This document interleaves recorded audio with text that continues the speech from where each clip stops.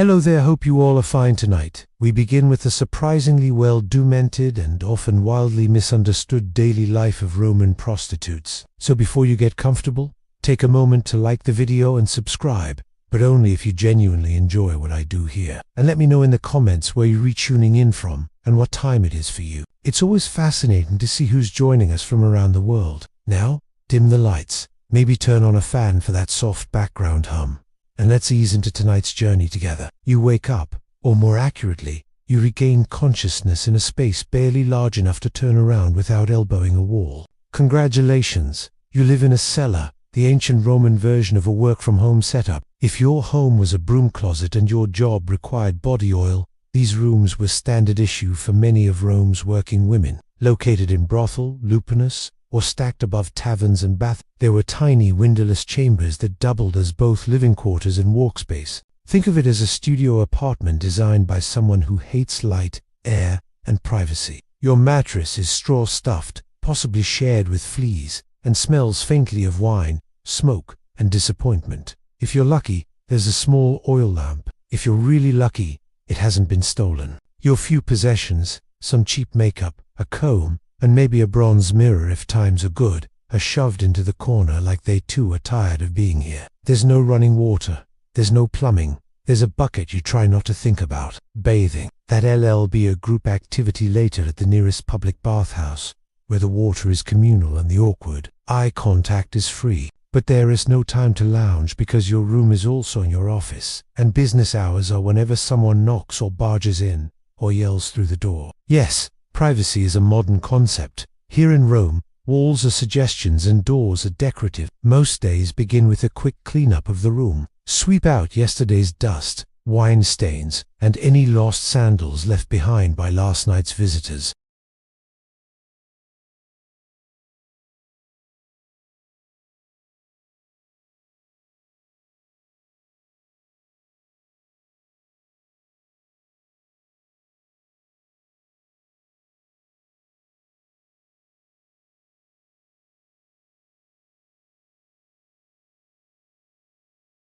Because here in the cellar, every day begins the same, cramped, rushed, and filled with just enough dignity to make it to lunchtime. After waking up in your glorified broom closet, it's time to prepare for another day of impressing clients and surviving public judgment. But first, hygiene, or what passed for it in ancient Rome.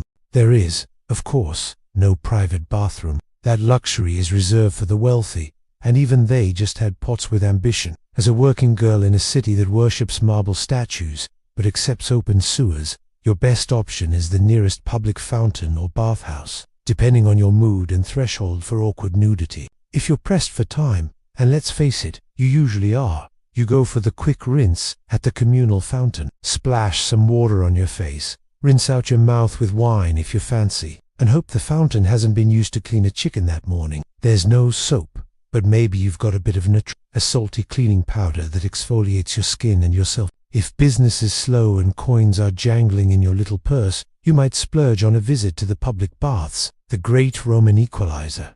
Everyone's there. Merchants, soldiers, philosophers, and that guy who talks too loudly about his hemorrhoids. You undress, store your belongings in a niche you trust way to his alley, and wade into tepid water full of floating philosophical debates in someone else's toenail. Inside you sweat in the steam room, scrape yourself with a stridle, a curved metal blade, and enjoy a brief moment of being the cleanest person in your street, a title that lasts about 5 minutes. After the bath, you dry off, apply more perfume, and try to remember if anyone's invented deodorant yet. They haven't. To finish the look, a bit of chalk-based face powder, a hint of rouge for the cheeks and lips, and kohl around the eyes, not to highlight your beauty, to hide the fatigue. Clients do you and want to see the woman who has already dealt with 3 senators and a sailor before noon. They want mystery, allure, and someone who doesn't smell like old lentils. Now that you're washed, or at least convincingly perfumed,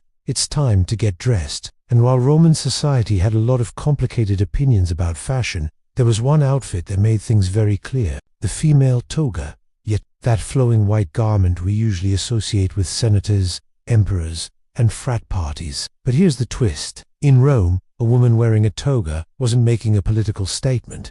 She was making a professional one. It was a visual billboard for "I'm not a respectable matron, and I am available for negotiation." Proper Roman women wore the stola, a long layered dress that said, "My husband controls my dowry, and I go to bed at 9. Prostitutes, on the other hand, were denied the stole by law and required to wear a toga, often short, brightly colored, and intentionally flashy. Think less Grecian goddess, more visible from across the forum. The look was usually accessorized with cheap jewelry, bronze or glass beads, maybe some loud earrings. The goal wasn't elegance, it was visibility. When you're competing with 20 other women in a 100 meters radius, subtlety is a luxury you can't afford. Footwear, likely simple, sandals, maybe even barefoot depending on location and budget. Comfort wasn't a priority.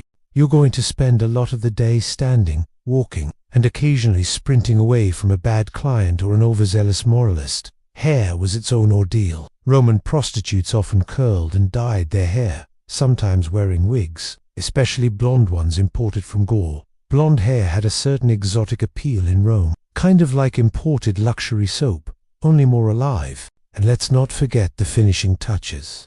Makeup, pale face, powdered to contrast with red lips and cheeks, and thick kohl eyeliner to make your eyes pop, or at least look less sleep-deprived.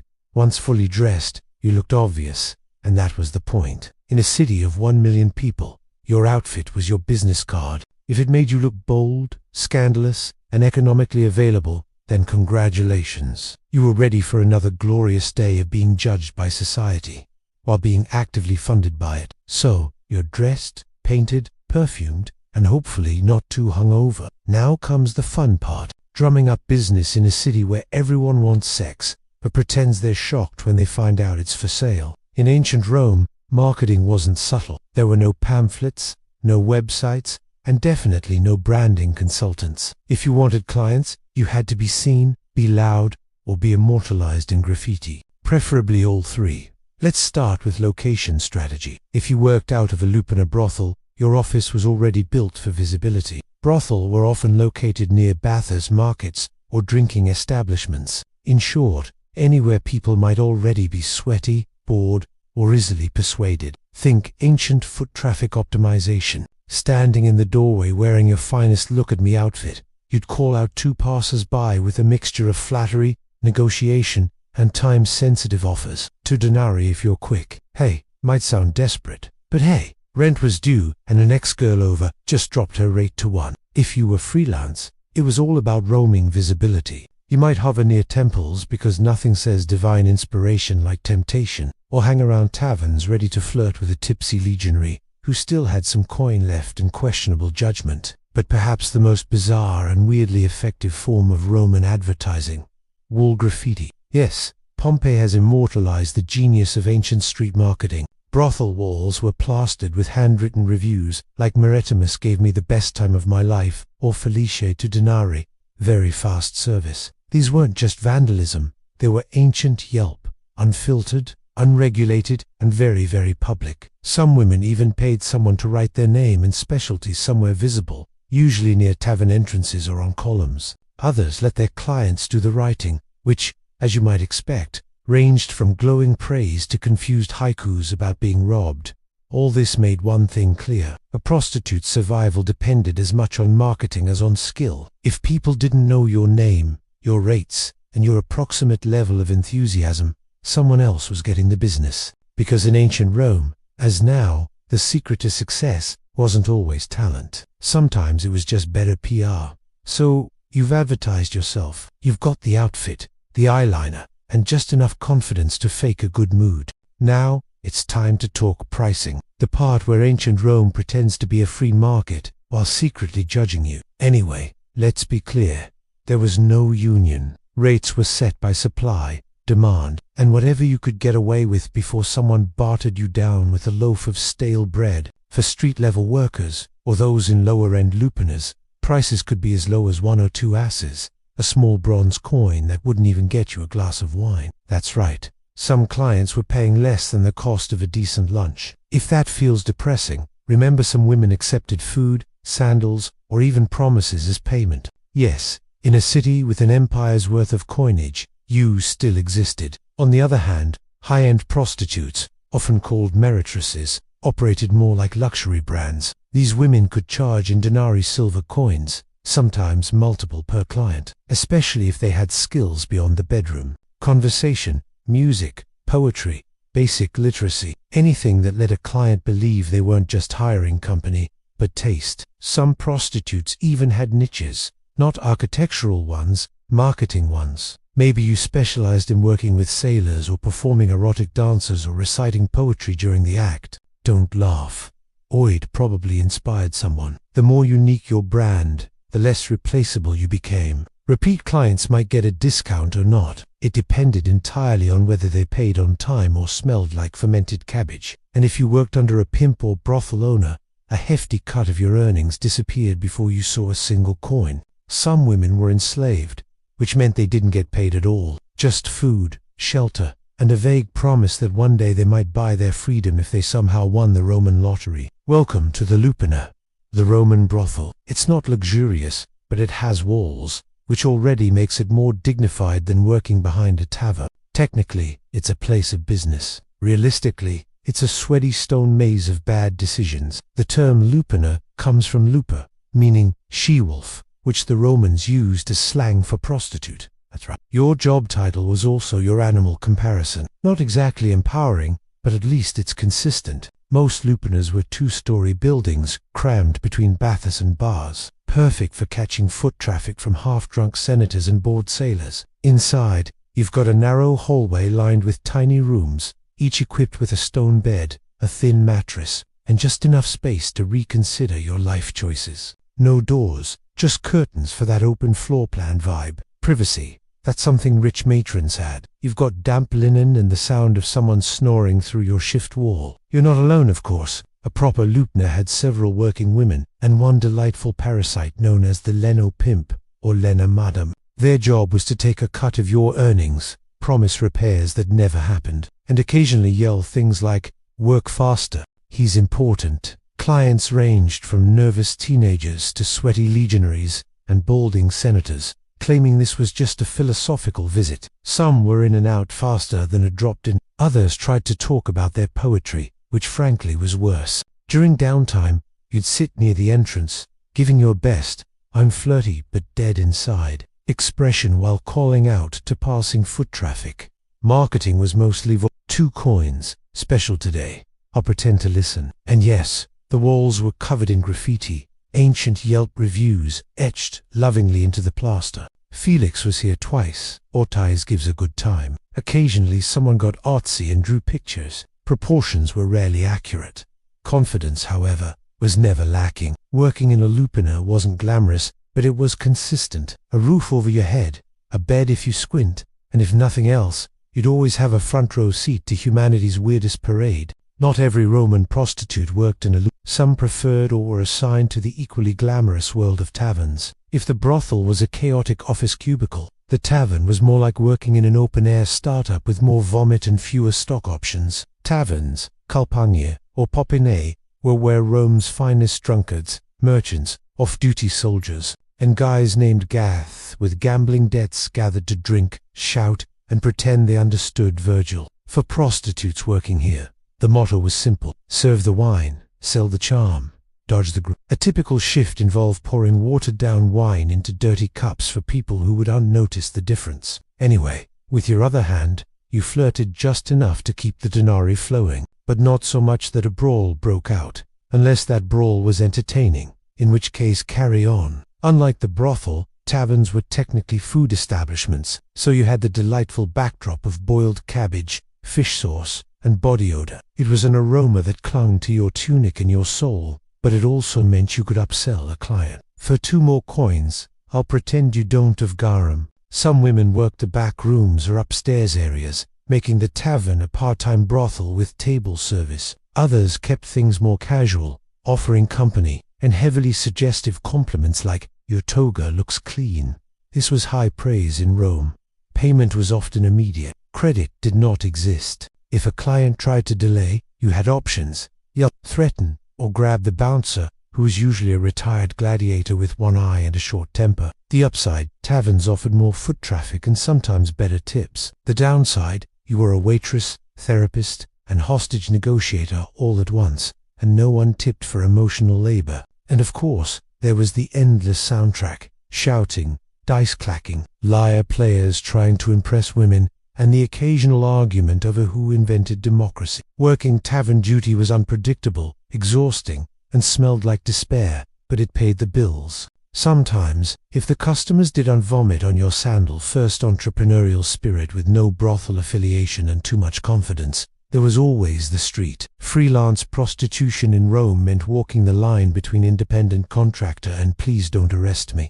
The Roman streets were alive with opportunity and sewage. Prostitutes who worked outdoors were called prostiblate, and they roamed the alleys, bathhouse entrances, marketplaces, and occasionally temple steps, because nothing says divine intervention like offering a discount outside a shrine to Venus. Daylight hours were decent for traffic, but risky. You had to navigate gawking citizens, nosy and angry matrons who thought your existence was ruining their husband's self-control. Spoiler, it wasn't. You dressed brightly to stand out. Think short tunics, flashy jewelry, maybe a wig made from imported German hair. It was less understated elegance, more visible from across the Circus Maximus. The goal was to catch a client's eye before his wife caught him. Approaching a potential customer involved a delicate dance of flirtation, timing, and not getting mistaken for someone's runaway slave. You'd smile, compliment his sandals, and casually mention your rate before the local vigils, street guards, decided your entrepreneurialism was public disorder. Some clients were polite,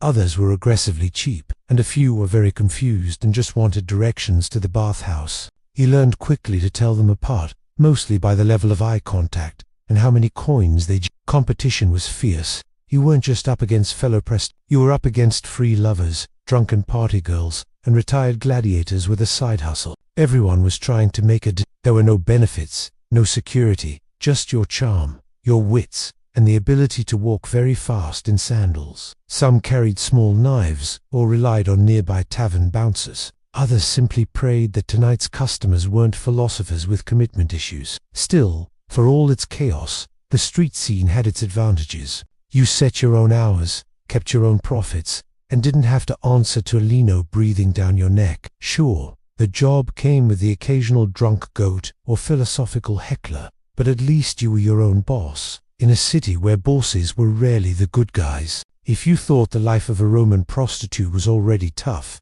allow us to introduce your least favorite client, the Roman tax collector. Yes, the Roman Empire. Brilliant engineers, conquerors of the Mediterranean, champions of toga, also invented a dedicated tax on prostitutes. It was called the Vector Gallic Capturus, and it ensured that even your most awkward encounters contributed to Rome's public infrastructure. Congratulations, your nightly services just funded another aqueduct. The tax wasn't just unofficial pocket skimming either. This was a state-sanctioned system managed by professional collectors known as publicani, men who were somehow both boring and terrifying. They kept detailed records, demanded payment in cash, and probably judged your perfume choices while scribbling on their wax tablets. To legally operate, prostitutes had to register with the idols, the Roman equivalent of a city inspector with an affinity for paperwork and moral superiority. Upon registration, you were entered into an official list of sex workers. Think of it as joining a trade union, except there were no benefits, and instead of a card, you got a branding. Literally, yes, some sex workers, especially enslaved ones, were branded or tattooed with marks like Lupa or their owner's name. If you're wondering how that made clients feel, don't worry. The branding wasn't for them. It was to ensure you couldn't pretend to be respectable later. And the tax rate, it varied depending on location, class, and whether your clients were sad, senators, or discount gladiators. But it always stung. You paid per act or per week, depending on the region. And there was no deduction for emotional labor, uncomfortable silences, or existential dread. Refusing to pay could result in fines, arrest, or being barred from working. Though enforcement was spotty, especially if you were paying under the table or knew how to flirt with an aisle. Still, for a profession already swimming in stigma, this tax added insult to injury. Rome was essentially saying, we disapprove of your lifestyle. Also, give us 10%. But hey, on the bright side, at least you could proudly say your labor was helping to fund another temple, probably dedicated to a goddess who still wouldn't return your prayers. In Rome, Being a prostitute meant you had legal permission to exist, and social permission to be endlessly judged.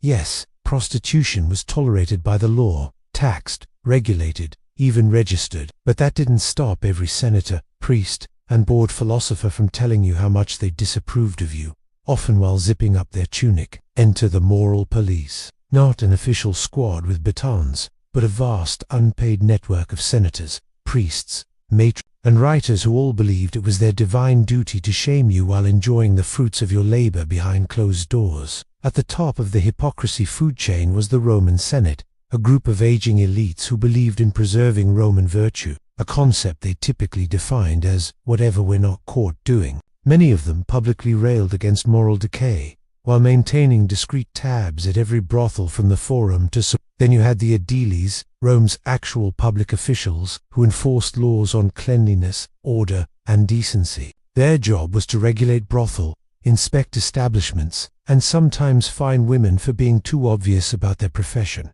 which again was legally required to be obvious. You couldn't make it subtle if you tried. Writers like Juvenal and Seneca had a field day. They mocked prostitutes in verse, lumping them in with greedy merchants, loud women, and horror of horrors, women who read books. And yet these same writers gave vivid, suspiciously detailed descriptions of brothel life, almost as if they'd done extensive research. Even Roman matrons, the respectable wives of the elite, got in on the judgment. They wouldn't speak to you, of course, but they'd walk past your street corner with a gaze that could sterilize a fig tree. Some even petitioned for laws banning prostitutes from wearing jewelry or entering public baths, which is rich considering many of their husbands treated bathhouse visits like part-time jobs. Working as a Roman prostitute came with certain occupational hazards, namely disease, injury, and whatever that thing was the sailor from Brundium left behind. Welcome to the health and wellness chapter, where the only prescription is hope you survive.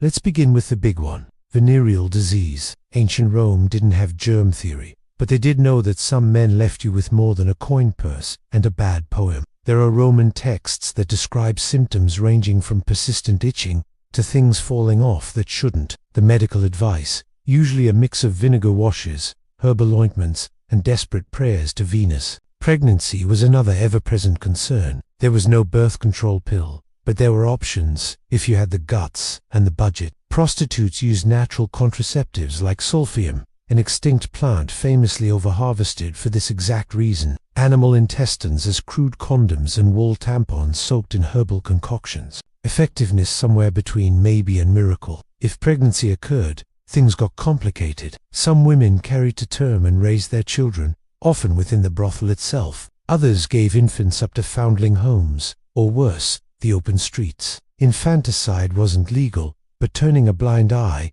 that was practically a civic duty. For day-to-day ailments, sore muscles, cuts, stress-induced rage blackouts, the go-to remedy was usually wine, opium, or a slap from your leaner to stop whining. If that failed, you might visit a temple of Asclepius and sleep on the floor, hoping for a healing dream. Ancient wellness culture was less spa weekend and more mystical nap with side effects. Infections were common. Hygiene was ambitious. There were no gloves, no antiseptics, and absolutely no one washing their hands before sticking fingers where fingers had no business being. And let's not forget the emotional toll. Depression, trauma, anxiety, all part of the job. Rome didn't have therapists. You had fellow prostitutes, wine, and the occasional stray cat who listened without judgment. In a city where divine intervention was blamed for everything from floods to flatulence, prostitutes weren't just dodging moral judgment, they were also trying to stay on the gods' good side, or at least bribe them for health, luck,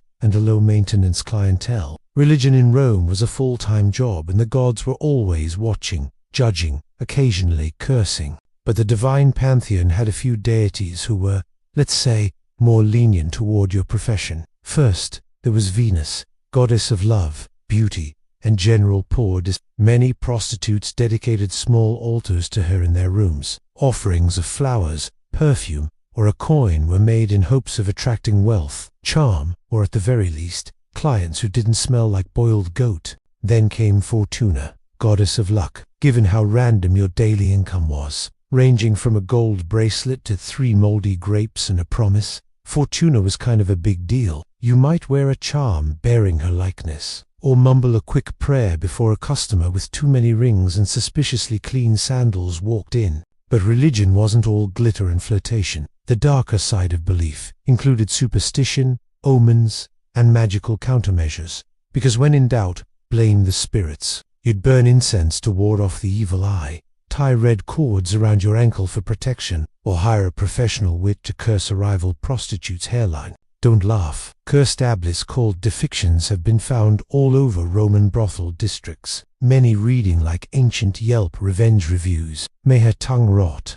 May her clients dry up. May she trip in the street and land in donkey. If you were enslaved, you might also pray to Mercury, the god of commerce and transactions, because, let's be honest, your life was one long receipt. And if you were lucky enough to save up for freedom, Libertas, the goddess of liberty, got a private altar and a slightly more expensive candle. All this spiritual effort wasn't just tradition, it was survival with flair. When Rome gave you judgment, disease, and rude senators, the gods were your HR department, mostly useless, occasionally helpful, and always accepting offerings. Love in the Roman world of prostitution was complicated. At best, it was a pleasant delusion, and at worst, a financial liability in a tunic. Clients fell in love all the time, or claimed they did, usually after 3 cups of wine and half a monologue about their mother. Some were sincere, some were drunk, and some were trying to get a discount. But baby, I'm different, they'd say,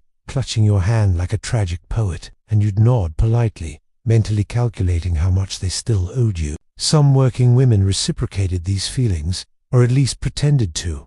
Emotional labor was part of the package. Smile, listen, pretend his toga doesn't smell like despair. For a few clients, you might even develop something real, attachment, affection, or just mutual exhaustion. But more often than not, romance was a dangerous distraction, especially when you remembered that Rome legally categorized you as infamous, meaning you could not legally marry a citizen even if you wanted to. That didn't stop people from trying. There are tales of prostitutes who fell in love with their regulars, who were promised freedom, marriage, a house with a garden, only to end up abandoned the moment another woman with better eyeliner walked by. There were also clients who genuinely adored their favorite companion, showering them with gifts, poems, and occasionally actual manumission, the legal act of freeing a slave. These stories exist, but they were the exception, not the rule. Among fellow prostitutes, real bonds were more likely. You worked side by side, endured the same insults, shared the same lies. Some of these friendships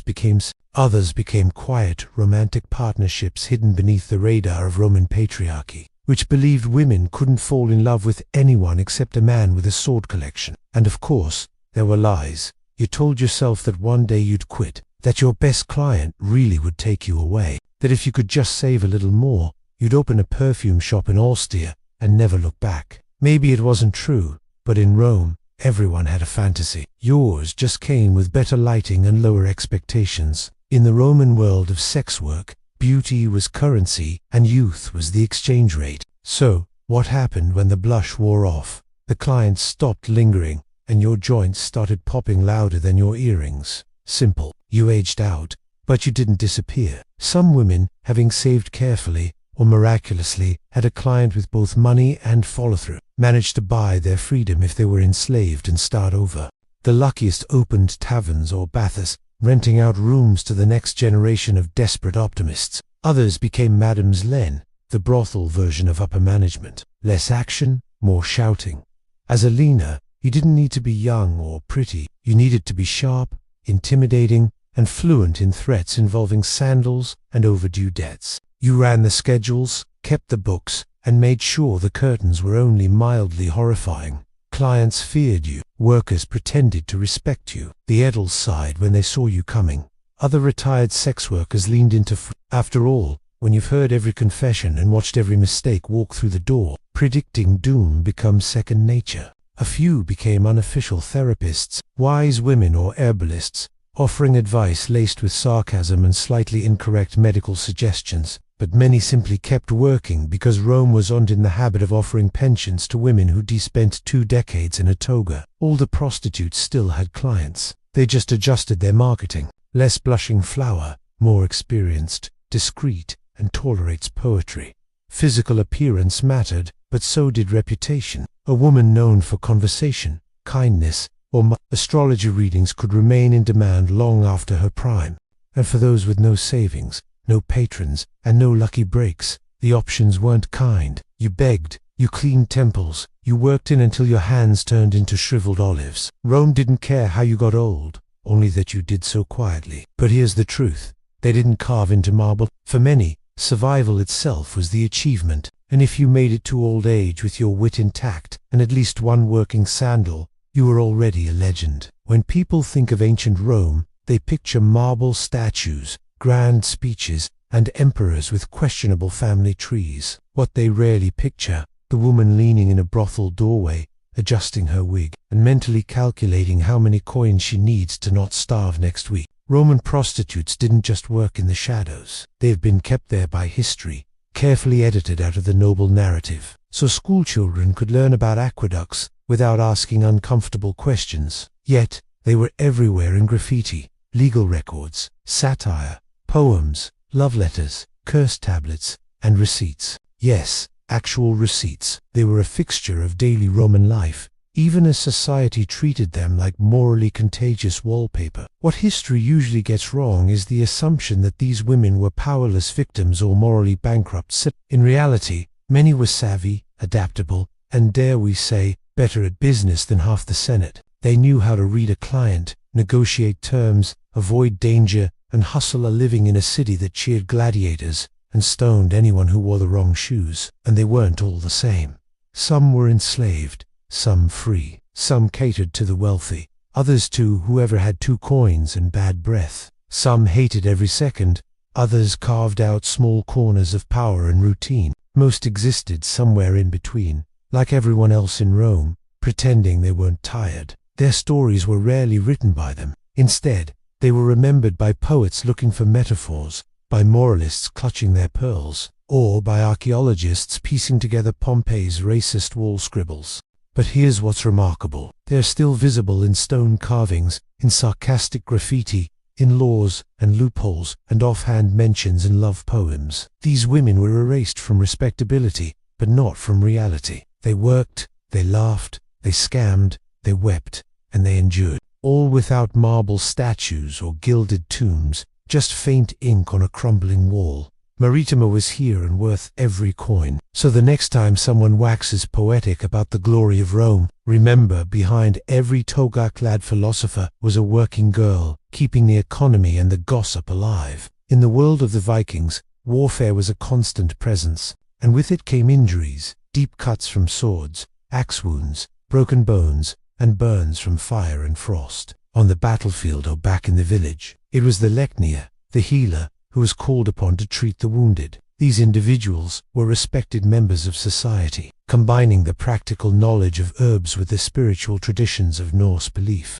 Among the most trusted herbs in a Viking healer's collection was yarrow. Known for its ability to staunch bleeding, yarrow was used widely across northern Europe. Viking healers would crush the leaves and apply them directly to wounds, either alone or mixed into a pus. Yarrow acted as a coagulant, helping to stop blood flow and prevent infection. It was believed to possess sacred properties, with legends connecting its power to Odin himself. The preparation of such remedies was both methodical and rooted in cultural ritual. The healer might wash the wound with boiled water infused with antiseptic herbs, apply crushed yarrow, and bind the area tightly with linen or animal skin strips. In some cases, chants or prayers were recited during the process, invoking protection or healing from the gods. Healing was not just physical, it was also spiritual. Beyond battlefield wounds, yarrow was used internally as well. A tea made from its flowers and leaves could reduce fevers, ease digestive complaints, or help relieve menstrual cramps. It was a versatile plant, and one that could be found growing throughout the Viking homelands in fields, near rivers, or in small garden plots maintained by women of the household. Healers in Viking society had a deep understanding of their environment. They knew which plants grew in which seasons, how to harvest them properly, and how to preserve them for use during the long, dark winters. Knowledge was passed down through generations, often from mother to daughter or from elder to apprentice. These traditions blended elements of Germanic herbal lore with the rich cosmology of Norse mythology. In a world without hospitals or modern antibiotics, the skill of the healer and the power of plants like yarrow were essential to survival and to maintaining strength in a warrior-driven culture. While yarrow addressed bleeding and surface wounds,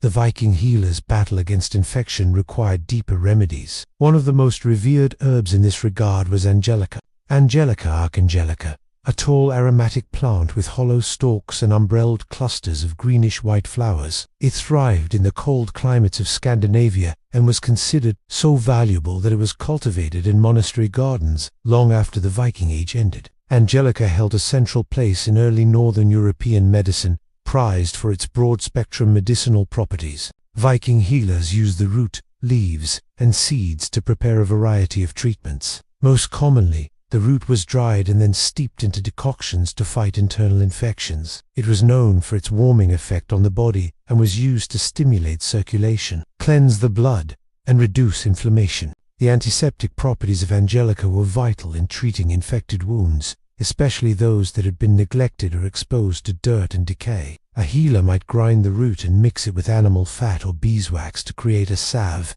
then apply it to festering injuries. When ingested as a tea or tincture, Angelica helped combat respiratory infections, fevers, and digestive issues, ailments that could become life-threatening in a time without antibiotics.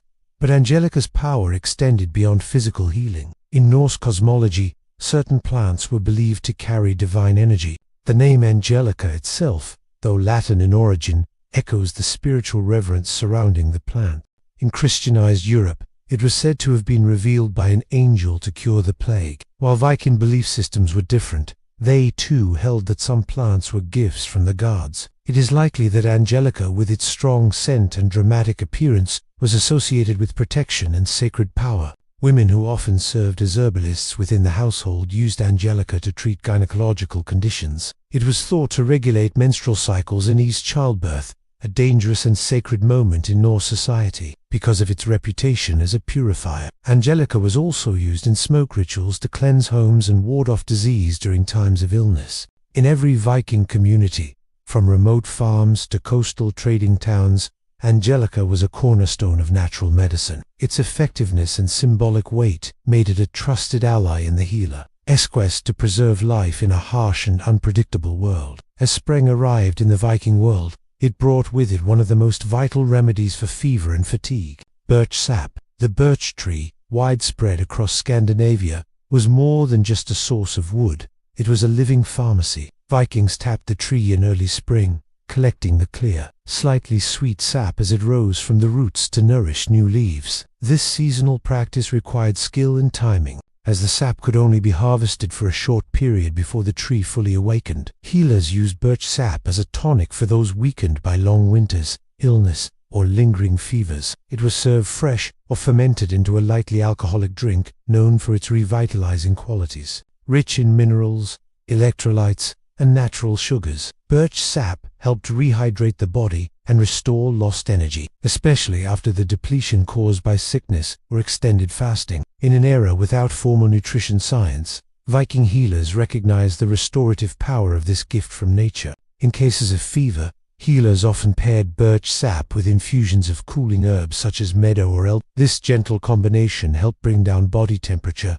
while nourishing the patient. In more serious cases, the sap might be mixed with bitter herbs like wormwood to purge the body of what was believed to be harmful humors. The logic was simple: cleanse, restore, and beyond its internal uses, the birch tree had a role in external treatments. The bark, when boiled, produced a tar-like substance with antiseptic properties. It was used to treat skin infections, minor burns, and bites. Birch leaves were also used in pycases and steam baths to draw out toxins from the body, often accompanied by prayer or ritual to align the physical with the spiritual. Symbolically, the birch tree represented renewal and purity. It was often the first tree to grow after land was cleared or burned, and this regenerative quality made it sacred in both Germanic and Norse traditions. The use of its sap in healing reflected this belief, returning vitality to the sick and offering the promise of recovery after hardship. In the healer's practice, birch sap was a seasonal treasure, a clear, life-giving elixir that marked the changing of the year and the persistence of health in a cold and often merciless land. In Viking herbal medicine, Juniper was revered for its powerful cleansing properties, both physical and spiritual. Growing abundantly in the rocky soils of Scandinavia, juniper bushes with their prickly needles and aromatic berries were among the most trusted tools in a healer's repertoire. Whether burned, boiled, or brewed, juniper was used to purify the body, the air, and even the spirit. Juniper berries were commonly used as a diuretic and a remedy for urinary tract infections. When consumed as a tea or a decoction, they stimulated kidney function, helping the body to flush out excess water and harmful substances. This made them especially useful during illnesses that involve swelling, bloating, or lingering fevers. The berries also had mild antiseptic properties, allowing them to address infections from within, a crucial function in an age with no antibiotics. For respiratory issues, juniper smoke played a vital role. Healers would burn dried juniper branches and let the smoke fill a room or a tent, believing it could drive out disease. This wasn't just symbolic. The antimicrobial compounds in juniper smoke helped disinfect the air. During outbreaks of sickness or after a death, Viking homes and ships might be cleansed in this way. The practice was both practical and spiritual, banishing what could be seen and what could not. In steam baths and sweat lodges, the tradition shared across many northern European cultures, juniper branches were sometimes laid on the hot stones or added to the water. As the vapor rose, it carried the sharp, invigorating scent of the plant, opening the lungs and inducing heavy sweating. This was thought to cleanse the body of toxins and the soul of imbalance, reconnecting a person with the rhythms of nature and health. Juniper also held ritual importance. Branches might be hung over doorways to ward off evil or carried in small bundles by travelers for protection. Its strong, earthy fragrance symbolized resilience, and its presence in healing was a reminder. Purification was as much about the unseen forces as it was about physical ailments. For Viking healers, juniper was not merely a remedy. It was a symbol of renewal and defense, a guardian plant that stood between the fragile human body and the chaotic forces of the world. Its sharp needles and potent berries helped them keep sickness at bay, one breath of smoke or sip of tea at a time. Among the many herbs known to Viking healers, Meadow Filipendula Maria was particularly valued for its ability to ease pain and reduce inflammation. Found in damp meadows and along river banks, this fragrant plant with creamy white flowers was a staple in early Germanic and Norse herbal medicine. Though they lacked modern terminology, Viking healers recognized that some plants had the power to cool fevers, relieve discomfort, and help the body recover more gently. Meadow was often used to treat headaches, joint pain, and digestive problems. The flowers and leaves were dried and steeped into teas which were given to patients suffering from fevers or general aches. Common complaints in a harsh climate where physical labor and exposure were part of daily life. The herb's soothing effects made it an essential remedy during times of illness and recovery. Unbeknownst to the Vikings, meadow contains compounds similar to salicylic acid, the basis for modern aspirin. This natural pain-relieving ability explains why it was so effective and frequently used. Healers didn't know the chemistry, but they knew the results: less fever, reduced swelling, and relief from discomfort. These benefits were especially important during the winter months when colds, joint pain, and respiratory infections were widespread. For digestive issues, meadow was considered a gentle treatment for nausea, heartburn, and stomach cramps. Its calming properties helped settle the stomach, and it was sometimes combined with other herbs like chamomile or mint, if available, to create a broader treatment. The plant's sweet scent also made it a comforting addition to healing rituals, which often blended the sensory with the medicinal. Meadow's role wasn't limited to physical healing. Its delicate, almost ethereal presence tied it to the natural cycles of growth and decay, life and death. As with many Viking remedies, its use may have included symbolic gestures, such as laying its flowers near the ill or including it in burial rites to ease the journey to the afterlife. Some sagas and later folk traditions refer to sweet-smelling herbs as gifts from the gods or spirits of the land. In a culture that respected strength but understood the necessity of healing, meadow was a quiet yet powerful ally. It helped warriors rest, allowed children to recover, and gave the elderly comfort in their final years. For the healer, it was one of the gentlest and most reliable tools in their care. Mugwort, Artemisia vulgaris, held a special place in the Viking healer's practice, and only as a medicinal herb, but also as a spiritual tool. known across northern Europe for its bitter aroma and silvery leaves. Mugwort was considered one of the most sacred plants in Germanic tradition. For Viking societies, where healing was never just physical, mugwort served as a bridge between the body, the mind, and the unseen world. Medically, mugwort was used to treat a wide range of ailments. It helped with digestive problems, menstrual irregularities, and fatigue. The tea made from its leaves was used to ease stomach cramps, stimulate appetite, and support the liver. Viking women in particular relied on mugwort to regulate their cycles and aid with childbirth. In a world without midwives or formal obstetrics, the healer's knowledge of such herbs was vital for survival during pregnancy and delivery. Mugwort also had powerful nervine properties, meaning it calmed the nervous system. For warriors who experienced restlessness or nightmares, mugwort tea or smoke was thought to restore inner balance and protect the mind. Sleep, which was often disturbed after battle or illness, could be coaxed back by burning dried mugwort near the bedside or placing it under the pillow.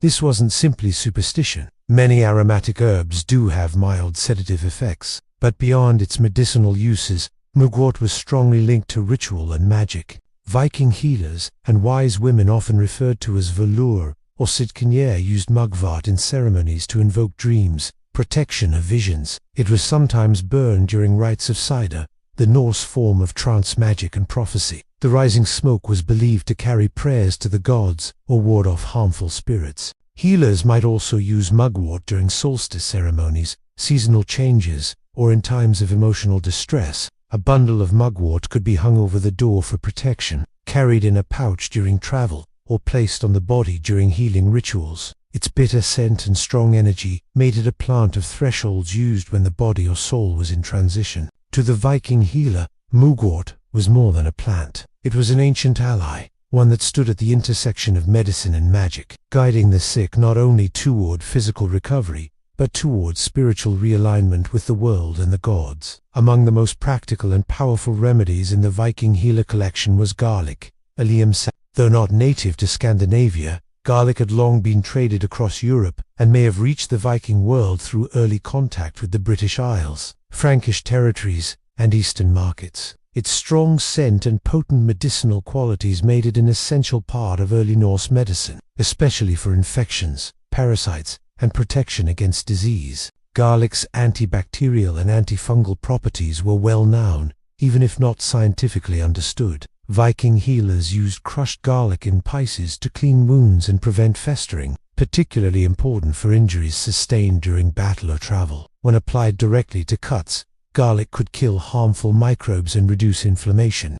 Though painful, this treatment was effective in preventing deeper infections, in a time when even minor wounds could turn deadly. Internally, garlic was often eaten raw, pounded into pastes, or brewed into strong infusions. It was believed to strengthen the immune system, purify the blood, and warm the body during illness. In harsh northern winters, when colds, fevers, and coughs were widespread, garlic served as a valuable tonic. It was sometimes combined with honey, another antimicrobial agent, to make the strong flavor more palatable and to enhance its healing effect. Garlic was also used to treat parasites, especially intestinal worms, which were common due to poor sanitation and frequent contact with livestock. A mixture of garlic and vinegar was administered in small doses to purge the body. Its pungent nature made it a strong cleansing agent, and its association with vitality gave it symbolic weight in Norse healing traditions. Beyond the body, garlic was believed to repel evil spirits and malevolent forces. Healers or household members might hang braided garlic near doorways or in sleeping areas, not just to ward off disease, but to protect from unseen dangers, especially during times of illness, war, or childbirth. It served both as a physical remedy and a spiritual safeguard for Viking warriors. Garlic was not only a cure but a form of daily defense. Before raids or journeys, some are believed to have consumed it as part of preparation, viewing its strength and fire as a shield within the body. In this way, garlic stood as a symbol of endurance, fighting infection, energizing the weak, and anchoring the body in a dangerous, ever-changing world. In the Viking Age, the stinging nettle, Erica D., was more than a nuisance. It was a plant of power. Despite its painful sting, nettle was one of the most useful and respected herbs in Norse healing traditions. It grew abundantly in meadows, forest edges, and near settlements, making it easily accessible to healers and households alike. Its medicinal benefits were numerous, and its resilience in harsh conditions mirrored the strength and endurance the Vikings valued. Nettle was used primarily to treat conditions related to blood and vitality. Viking healers prepared nettle teas or broths to combat fatigue, iron deficiency, and overall weakness. Rich in iron, calcium, and vitamin C, nettle acted as a natural tonic, especially important during long winters when fresh food was scarce and illness spread. As warriors recovering from battle or children recovering from fever were often given nettle to rebuild strength. The leaves were dried or cooked to reduce their sting and then brewed into These drinks were believed to purify the blood, promote circulation, and encourage the body to rid itself of harmful substances. Nettle also had a mild diuretic effect, making it useful for treating fluid retention and joint pain, common issues among laborers and older community members. In external treatments, nettle was sometimes used in surprising ways. The practice of vertication, striking sore limbs with fresh nettle stalks, was used to stimulate circulation and relieve arthritis or muscle stiffness. Though painful, it was believed to bring warmth and life back to cold or stiff areas of the body. This method, though unusual by modern standards, was rooted in generations of observation and belief in the plant's invigorating properties. Nettle also served practical roles beyond medicine. Its fibers were used to make rope, fishing nets, and even cloth, especially during times when flax or wool were scarce. This dual utility, nourishing the body and supporting daily life, made nettle a deeply integrated part of Viking culture. Symbolically, nettle was a plant of resilience. It thrived in disturbed soil and returned year after year, no matter how often it was cut back. In Norse society, where survival required both strength and adaptation, nettle embodied those values. For the healer, it was a reminder that even the most painful plants could bring healing, and that power often came from what first seemed harmful. Viking herbal medicine was never written down in formal texts during the age itself. Instead, it lived in the spoken word, in chants passed from mother to daughter, in gestures shared among wise women, and in the quiet work of healers who blended tradition, observation, and belief. These practices formed a body of knowledge deeply rooted in both the natural environment and Norse cosmology. To treat illness in the Viking world was not just to cure the body, but to restore balance to the person, the household, and the invisible threads connecting them to the gods.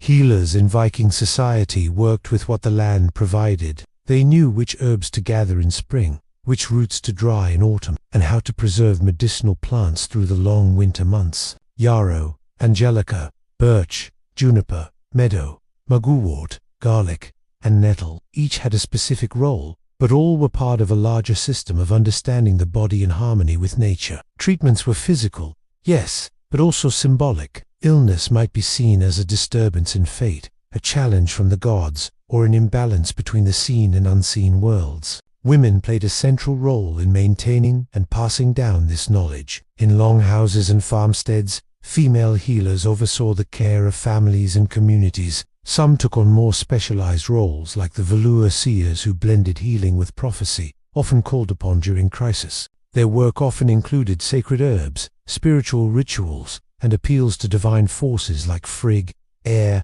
or Freya. Healing was not just a duty, it was an act of connection between mortal life and the mythic world. With the spread of Christianity and the decline of Norse paganism, much of this oral tradition faded or was absorbed into new religious frameworks. Monasteries adopted and preserved some of the herbs and techniques, while others disappeared or became entangled in superstition and fear. But echoes of Viking herbal medicine can still be found today in Scandinavian folk healing, in modern herbalism, and in the renewed interest in ancestral plant knowledge. The legacy of Viking healers lies not just in the herbs they used, but in the worldview. They preserved that nature holds power, that healing is both physical and spiritual, and that wisdom often resides in the hands of those who listen to the land. John of Avar was born in the winter of 1412 in the rural village of Damy, a quiet hamlet in northeastern France, nestled near the border of Burgundy. At the time, France was fractured by war and civil unrest. The 100 Years' War between England and France had already dragged on for decades, and northern France was caught in the crossfire.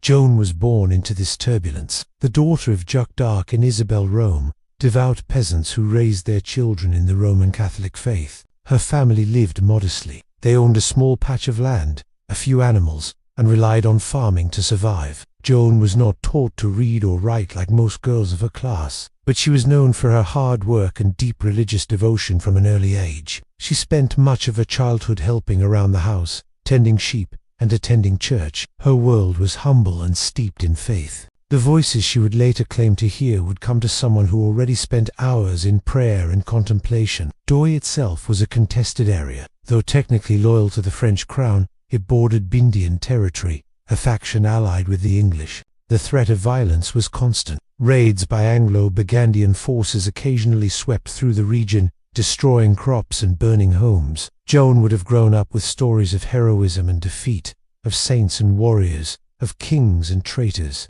Her early years were shaped by instability, fear, and a longing for peace. Despite the fear that hung over France, Joan's childhood was not without community. She was well liked in the village and described by neighbors as kind, pious, and unusually serious for her age. She often prayed at a nearby chapel dedicated to the Virgin Mary, where she would later claim her divine mission began. These years laid the spiritual and emotional foundation for what would come. Her faith, her loyalty to the king, and her sense of purpose were not formed in the royal court, but in the fields and chapels of her village. From such humble origins, no one could have imagined that this peasant girl, illiterate, unknown, and barely a teenager, would one day stand before kings, lead armies, and challenge the might of empires. At the age of 13, Joan of Arc's life changed forever. She later testified that in the summer of 1425, while alone in her father's garden, she experienced a vision,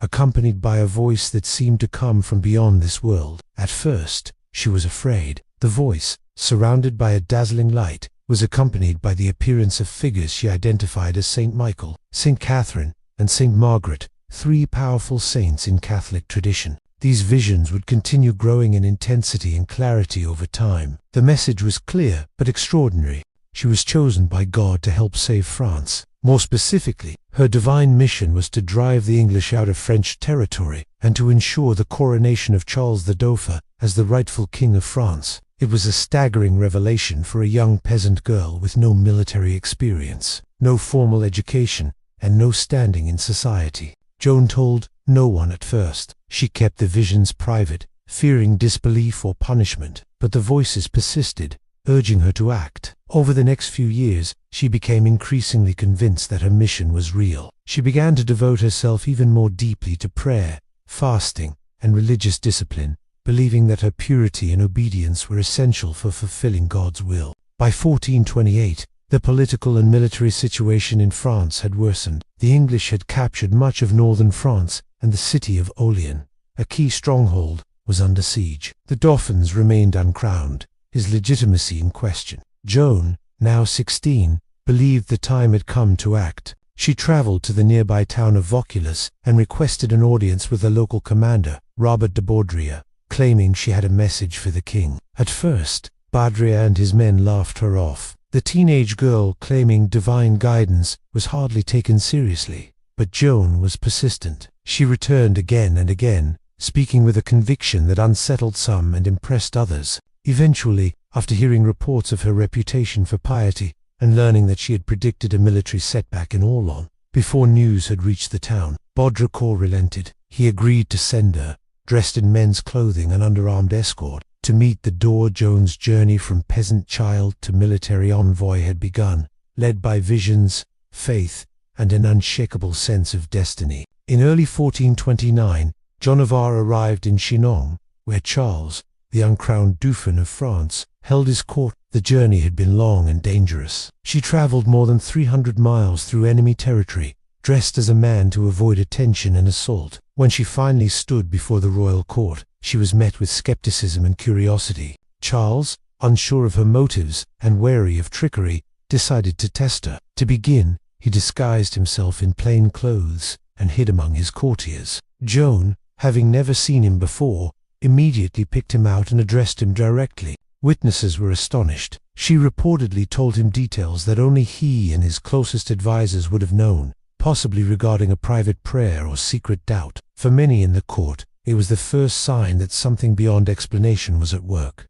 Still, Charles was cautious. He ordered that Joan be examined by theologians and church officials, and for several weeks she was questioned about her visions, her morality, and her doctrine. She was a teenage girl being grilled by learned men, yet she answered with composure and confidence. Her virginity was tested as it was believed. Her purity was essential for her divine mission. The examiners found nothing heretical in her claims and noted her remarkable character and intelligence despite her lack of formal education. The court's advisors concluded she could be sent to Orleans with the army. But first, Joan requested something symbolic, something that would signal her role, not merely as a soldier, but as a divine emissary. She asked for a banner. The banner she received was white, embroidered with an image of Christ, and the words, Jesus, Maria. It would become her most treasured possession, and she carried it into every battle, declaring that she preferred the banner to the sword. She was also fitted with a custom suit of white armor and given a sword, which she claimed to have been divinely led to discover behind the altar of a chapel in St. Catherine de France.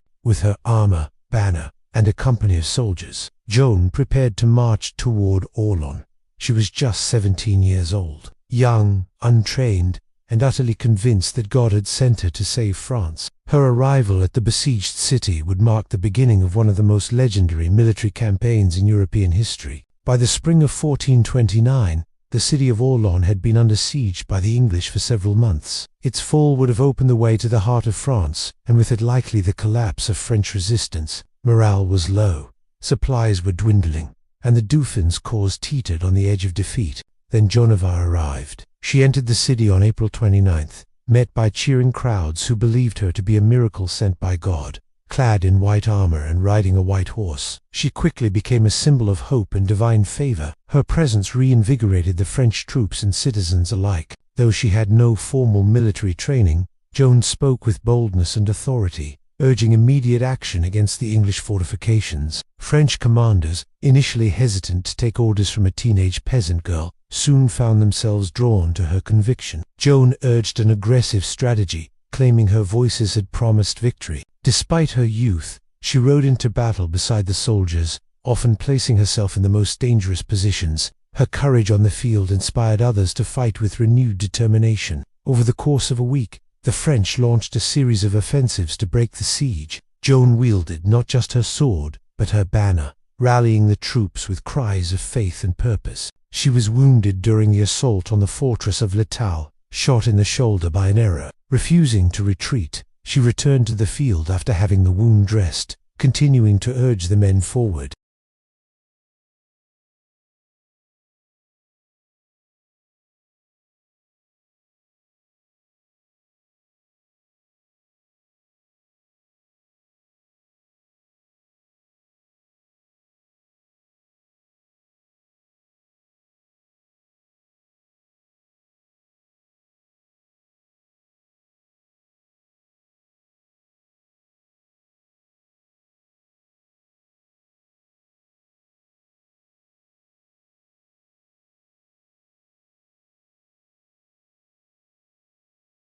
The road to legitimacy had begun. With the siege of Orleans lifted, Joan of Arc's mission shifted toward a far more symbolic objective, the coronation of Charles the Dauphin. In her visions, this was not merely a political event, it was a divine command. Charles needed to be crowned at Rheims, the traditional site where French kings were anointed with sacred oil. But Rheims was deep in territory controlled by the Burgundians, allies of the English. To reach it, Joan and the French army would have to march through hostile lands. Despite the risk, Joan was adamant. Her belief that God had cleared the path gave her confidence, and her conviction began to influence even the cautious Charles. After several victories along the Lier Valley, including battles at Yeux, Emissola, and Béziers, the army gained strength as towns submitted and morale surged. By July 1429, Joan and the royal court set out on what would later be called the coronation journey. Along the way, cities and castles opened their gates without resistance. Word of Joan's miraculous success had spread. Many believed that to resist her was to resist divine will. Her presence in the army, young, determined, and riding under her white banner, created an aura of invincibility. On July 16th, the French forces reached Rheims. The city's leaders, after some hesitation, surrendered peacefully. The next day, inside the Cathedral of Rheims, Charles was crowned King Charles II of France. Joan stood beside him, holding her banner high. For her, it was the fulfillment of the prophecy she had received from her voices. The coronation was a moment of triumph, both for the new king and for Joan. From an obscure village, she had risen to command armies and to place a crown on a monarch's head. The people saw her not just as a heroine, but as a chosen messenger of God. Her presence had transformed the war from a political struggle into a spiritual cause. But success brought tension. With Charles now crowned, some at court questioned Joan's continued influence. Politics returned to the forefront. Joan had completed the task she was called to, but she was not finished. Her next desire was to press forward to reclaim Paris, yet the support she once commanded so easily was beginning to waver.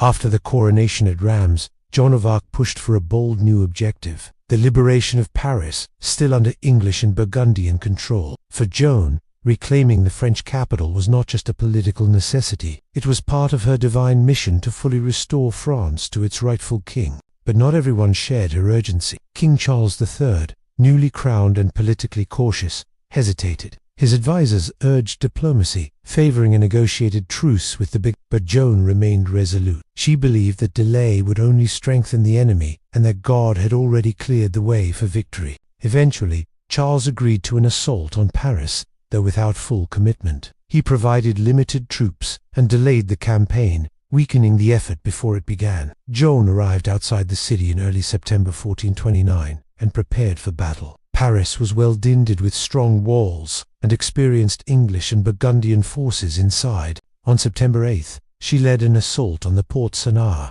one of the city's main gates. As always, she carried her banner and fought at the front lines, encouraging the troops with prayers and determination. The fighting was fierce. The defenders poured down arrows and stones. Joan was struck by a crossbow bolt in the thigh, but refused to abandon the field. She continued to direct the battle from behind the lines, calling for another charge, but the attack stalled. With nightfall approaching and casualties rising, Charles's commanders ordered a retreat against Joan's protests. The failed attack on Paris marked a turning point. Joan's reputation remained intact among the common soldiers and citizens, but at court, doubts began to grow. Her influence over royal policy started to wane. Charles, now king, no longer relied on her as he once did. Political interests, fear of provoking further conflict, and distrust of Joan's spiritual authority began to eclipse her earlier triumphs. Yet Joan was undeterred. She continued to lead minor campaigns in the following months, capturing towns like Serres-Lumière and La, often financing the operations herself with donations from supporters. But the tide was shifting. Her vision of total victory clashed with the king's increasingly cautious stance. Despite her injuries, her dwindling support, and the growing political isolation, Joan remained convinced that her mission was not yet complete. She would not stop until France was free. But in the shadows, betrayal and danger were closing in. In the spring of 1430, Joan of Arc continued her campaign. Though her position had grown increasingly precarious, her successes on the battlefield had not translated into lasting political power. King Charles III, now more focused on diplomacy than war, offered only lukewarm support. Joan, acting largely on her own initiative, turned her attention to the town of Caen, which was under threat from Burgundian forces. She arrived in May 1430, hoping to defend the city and rally the local population. But the odds were stacked against her. The Burgundians, allies of the English, were closing in with superior numbers. On May 23rd, Joan led a small force in a sortie to challenge the besiegers and disrupt their lines. As the battle unfolded outside the city walls, French forces were pushed back. Joan remained behind to cover the retreat, determined to protect her soldiers. In the chaos, the city gates closed too soon. Joan and a few companions were trapped outside. Surrounded by Burgundian cavalry, she fought until she was pulled from her horse and taken captive. Her capture was a devastating blow, not only for Joan herself, but for the morale of the French people. The girl who had once lifted the siege of Orleans and crowned a king now found herself a prisoner. The Burgundians held Joan for months, treating her more as a political prize than a common captive. She was eventually sold to the English for a large sum, an act that confirmed her status as a threat to their cause. The English viewed her not only as a military adversary, but as a dangerous symbol of resistance and divine legitimacy. Throughout her captivity, Joan attempted escape more than once. In one instance, she jumped from a high tower, injuring herself badly, but surviving. Even in chains, her will remained unbroken. She demanded to be treated as a noble prisoner of war, not as a criminal or heretic. But the English had other plans. They did not intend to hold her indefinitely. They meant to destroy her credibility, her image, and the power she had come to represent. Her trial was already being prepared. Joan's captor at Campion marked the beginning of her final, most harrowing chapter. She had risen from obscurity to the heights of power, only to be betrayed, abandoned, and delivered into the hands of her enemies. But her story was far from over. After months in Burgundian custody, Joan of Arc was transferred to English hands and brought to Rouen, the English administrative capital in occupied Normandy. There, beginning in January 1431, she faced a formal ecclesiastical trial, not as a prisoner of war, but as a heretic, a designation that allowed her captives to strip her of honor and execute her under church law. The trial was orchestrated by the English, but carried out by a panel of pro-English French clergy, led by Bishop Pierre Coutu, a staunch opponent of Joan and loyal to the Burgundian cause. Its true goal was not justice, but the destruction of Joan's legacy. By branding her a heretic, the English sought to undermine the legitimacy of Charles II, whose coronation she had enabled. Joan was held in a secular prison, guarded by male soldiers, a direct violation of church law. She was denied access to legal counsel, threatened with torture, and interrogated repeatedly, often for hours at a time without rest or support.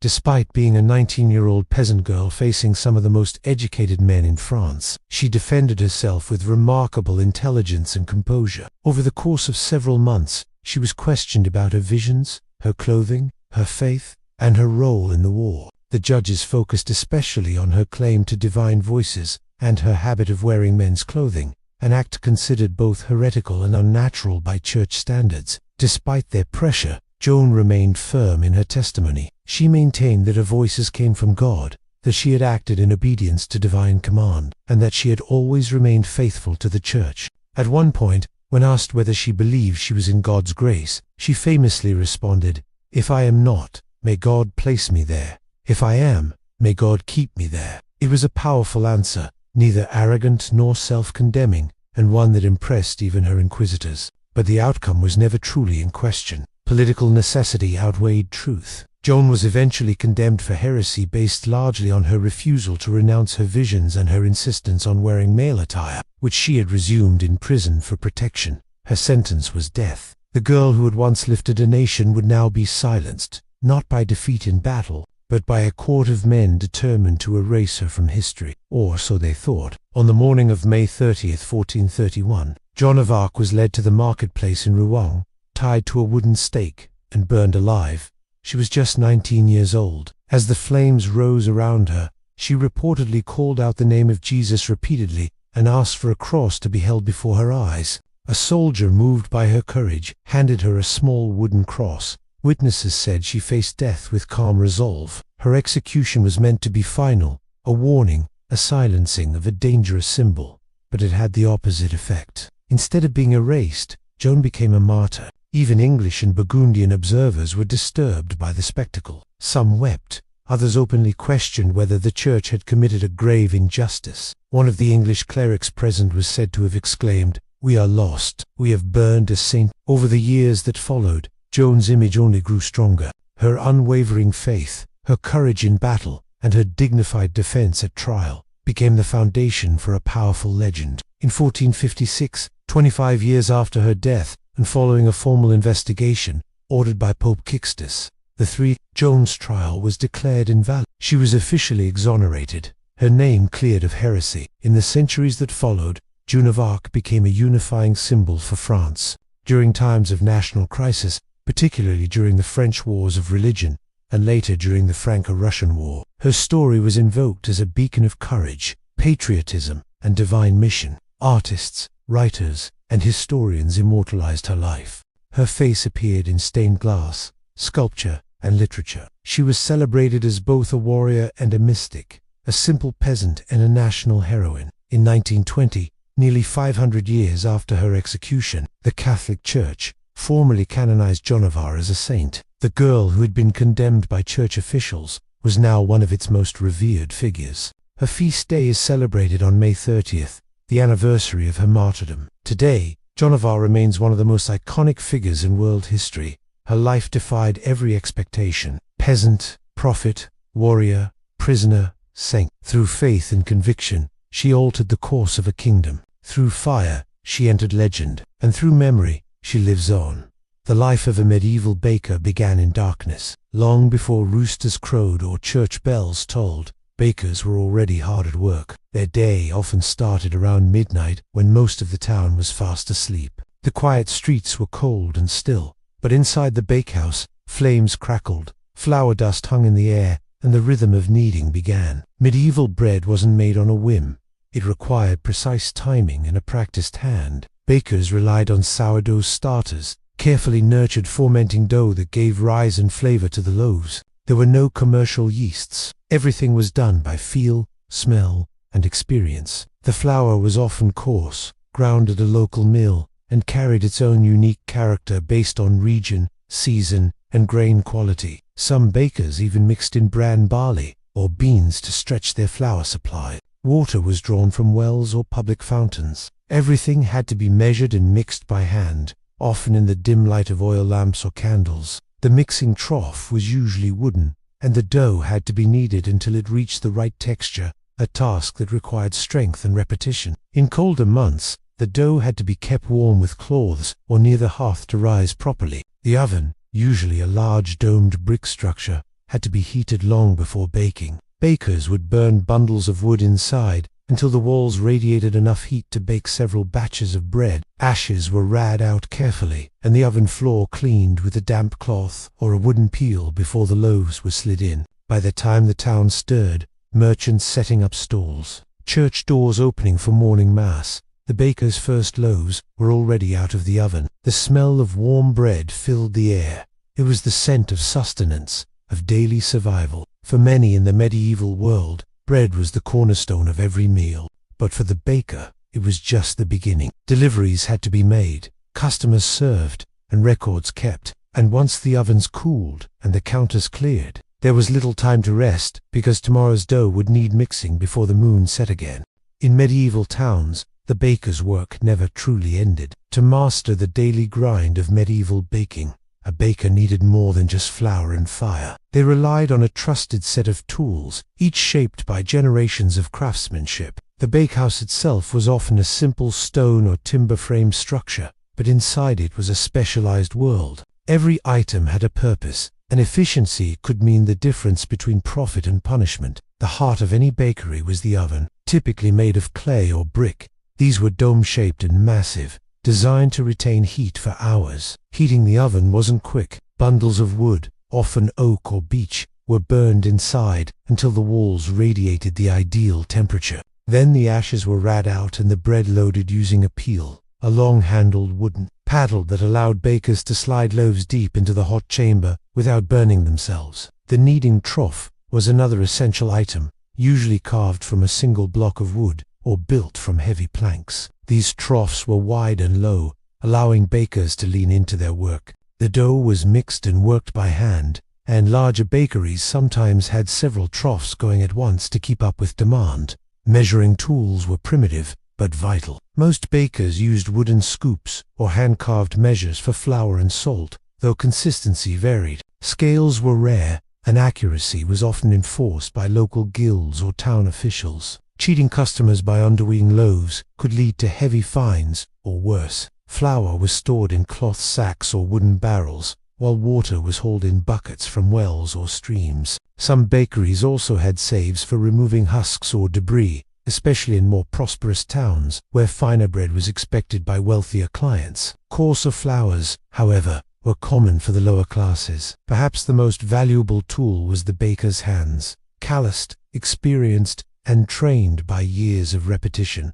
they knew when dough was ready, when the oven was hot enough, and when a loaf was just beginning to sing its final crusty notes. Everything had to be cleaned and prepared before the next day. The tools, humble though they seemed, were part of a larger rhythm, a cycle of labor, skill, and heat that transformed raw grain into life-sustaining bread. In the hands of a medieval baker, each tool helped feed a town. In the medieval world, bread was more than food. It was the foundation of every meal and a marker of social class. Nearly everyone ate it daily, but not all bread was created equal. What you ate said a great deal about who you were.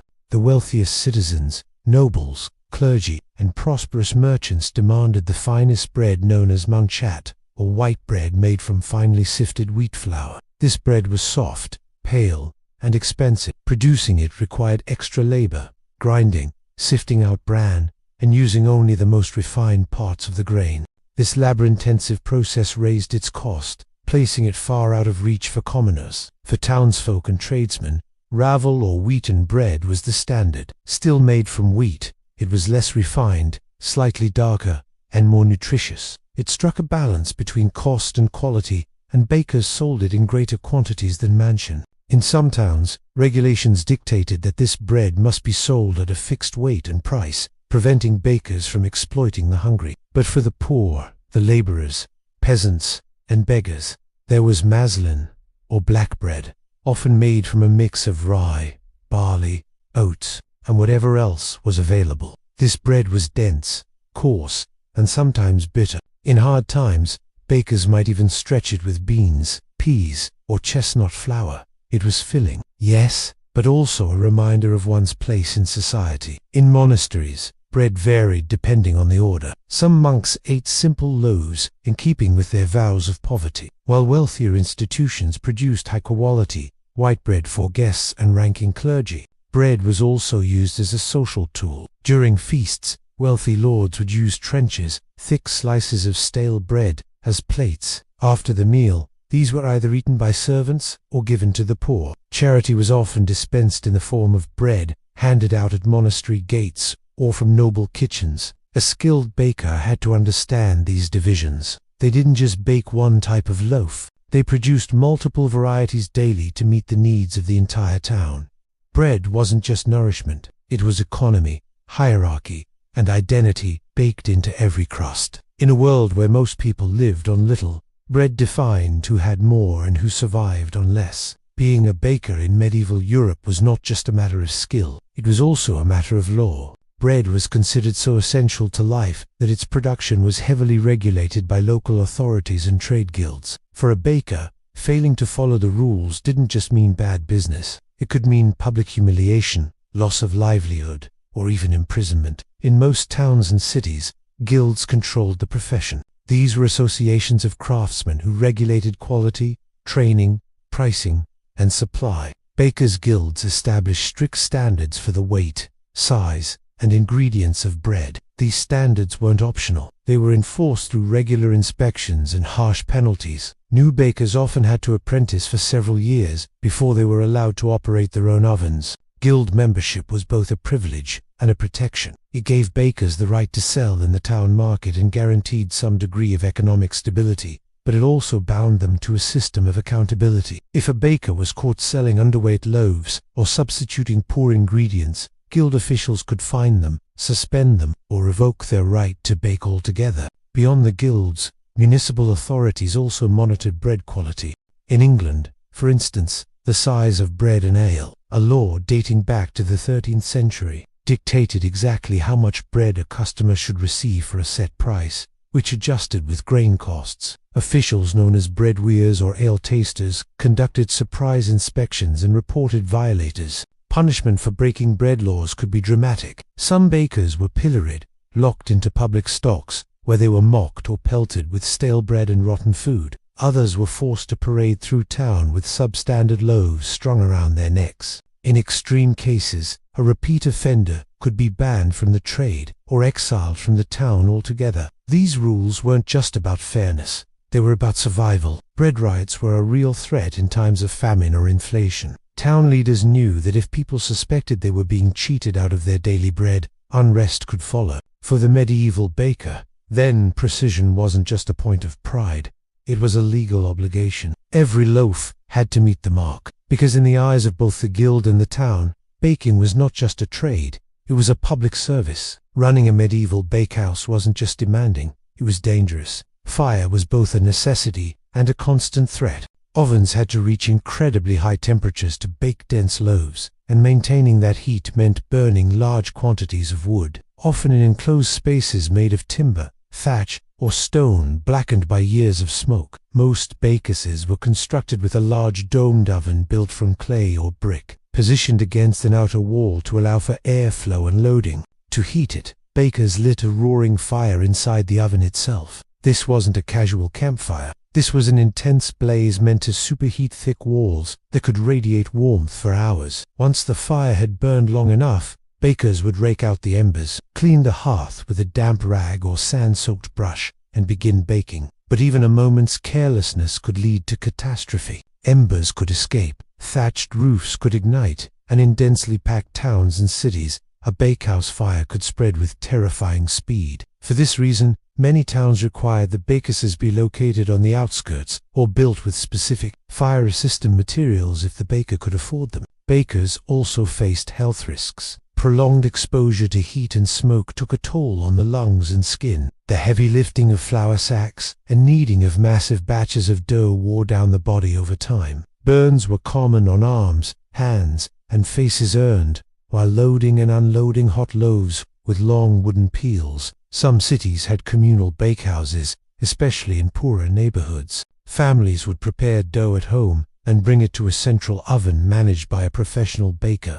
While this system saved fuel and reduced fire hazards in private homes, it introduced its own risks. Loaves could be burned, stolen, or tampered with. Bakers were held responsible for the integrity of each household's bread, and any negligence could lead to formal complaints. Because bread was such a vital staple, a disrupted bakehouse, whether due to fire, illness, or accident, could ripple across the whole town. It wasn't just the baker who suffered. The entire community felt the loss. Despite these dangers, the bakehouse remained the beating heart of daily life. It was a place of labor, heat, and vital routine where risk and reward burned side by side with every glowing loaf. While the image of the medieval baker often centers on male guild members and apprentices, women played a critical, if often overlooked, role in the daily production of bread. In many towns and villages, especially outside major cities, women were the primary bakers for both family and community. Their presence in the bakehouse was essential to keeping the ovens hot and the population fed. In rural areas, household baking was typically done by women.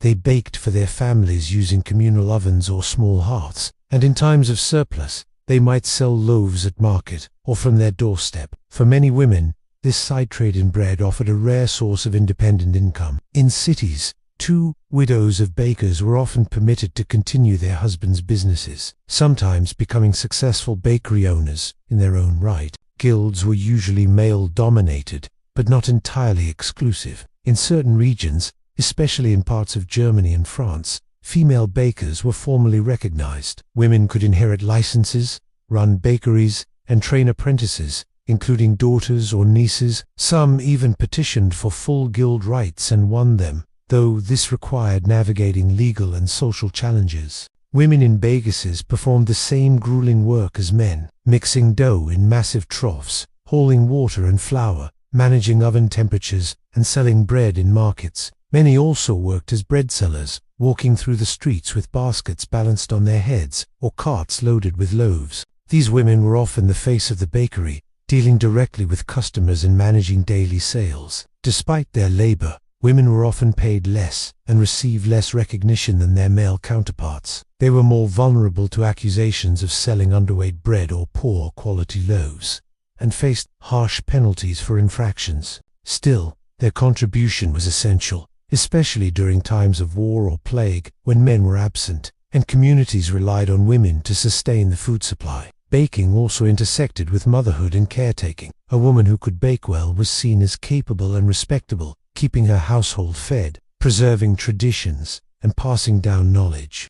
In many families, recipes and baking techniques were handed down from mother to daughter like heirlooms. In every corner of medieval society, from noble kitchens to village ovens, women shaped the world through bread. Though history often left them unnamed, their hands were among the first to touch the dough that would nourish entire towns. In medieval Europe, bread wasn't just food, it was sacred. Few institutions influenced bread-making more than the church, which not only consumed vast quantities of bread, but also shaped its symbolism, regulation and distribution. In monasteries, cathedrals, and village chapels alike, bread was a symbol of life, sacrifice, and divine presence. At the heart of this connection was the Eucharist, the Christian rite in which bread became the body of Christ. The preparation of this bread, often called the host, was subject to strict guidelines. Only the finest white wheat flour could be used, and it had to be in monasteries. Specific monks were assigned to this holy duty, baking in silence, often at night, in special ovens. These wafers were stamped with sacred symbols and handled with extreme reverence. But the church's relationship with bread went far beyond ritual. Monasteries were among the largest landowners and food producers in medieval Europe. Many ran their own bakeries, producing vast amounts of bread for the monks, their workers, and guests. The daily monastic diet typically included multiple servings of bread, paired with cheese, ale, or pottage. For the poor, monasteries also served as lifelines, distributing alms bread to beggars and travelers who waited at the gates. Cathedrals and parish churches frequently received bread donations from local bakers and wealthy patrons. These offerings might be displayed on feast days, distributed to the needy, or used in ceremonial processions. Some towns even had special bread altars, where loaves were blessed and handed out in memory of the dead. The church also played a regulatory role. In some towns, ecclesiastical courts handled disputes between bakers and customers, especially in areas where the local clergy governed commercial life. They helped enforce fair prices and weights, often motivated by the belief that cheating customers of bread was not just dishonest, but sinful. On religious feast days, special breads were baked, rich spiced loaves shaped into crosses, doves, or other sacred forms. These celebratory breads marked the rhythm of the liturgical year and were often shared in the community to strengthen bonds of faith and fellowship. In the medieval imagination, bread was not only sustenance, it was spiritual nourishment. For the baker, supplying bread to the church meant more than earning money. It meant participating in the sacred economy of life, where dough became divine, and the oven echoed with ritual as much as routine. In the medieval world, bread was deeply entwined with power. For rulers, mayors, guildmasters, and kings, controlling the price, supply, and quality of bread was as important as maintaining order, because bread was the staple food for most of the population, often making up 70% or more of a person's diet. Its availability was directly linked to political stability. The most visible way this played out was through price controls. Cities and kingdoms established official rates for bread through laws, like the size of bread and ale in England, which tied the price of a loaf to the current cost of grain. If grain prices rose due to poor harvests, drought or war, bakers were expected to adjust the size of their loaves, not the price. This meant that during times of scarcity, bakers had to produce smaller loaves for the same price, often cutting into their own profits. But if a baker was caught short-changing customers or selling loaves below the legal weight, the punishment could be harsh. Authorities saw cheating as not just theft, but a betrayal of the public trust. In some towns, bakers were pilloried, forced to stand in public stocks while holding underweight loaves. Others were fined, shamed, or even banned from baking. Bakers were also required to keep detailed records of grain purchases, flour usage, and the number of loaves baked. Inspectors could show up unannounced to weigh loaves and examine ovens. In particularly tense times, such as during war or famine, bakers were sometimes placed under military guard to ensure fair distribution. Bread riots were among the most feared expressions of unrest. When bread became scarce or unaffordable, mobs could form quickly. In such cases, bakers might be accused of hoarding flour or favoring the wealthy. Entire shops could be looted and records destroyed. To maintain peace, city officials would sometimes seize grain stocks or subsidize bread to prevent starvation and protests. Because of its centrality to life, bread became a tool of both charity and control. Rulers handed out bread during public celebrations or religious festivals to win favor with the people. In castles, lords ensured their retainers and servants had ample supplies, reinforcing loyalty. And in towns, a steady stream of affordable bread was seen as the mark of good governance. In medieval politics, bread wasn't just food, it was power, and the baker stood at the intersection of hunger and authority. Though rarely named in chronicles or praised in songs, The medieval baker left behind a legacy that shaped the very foundation of everyday life. In a world of castles and cathedrals, kings and knights, it was the humble baker who fed the people. And while their work was done in darkness, before the town ever woke, its impact touched every household. The baker's influence extended beyond the ovens and into the cultural fabric of medieval society. From birth to death, bread accompanied every stage of life. It was present at baptisms, shared during weddings, offered in mourning, and honored at church altars. Every loaf baked carried with it centuries of tradition, belief, and survival. The skills of the baker were passed down through generations, often within families or techniques were taught by hand and by repetition. How to feel when dough was ready, how to read the oven's heat without a thermometer, how to stretch flour in lean times without sacrificing quality. These traditions were deeply rooted in place and community. A baker in one region might favor rye and oats, while another relied on barley or imported wheat. Every town had its own flavor. Over time,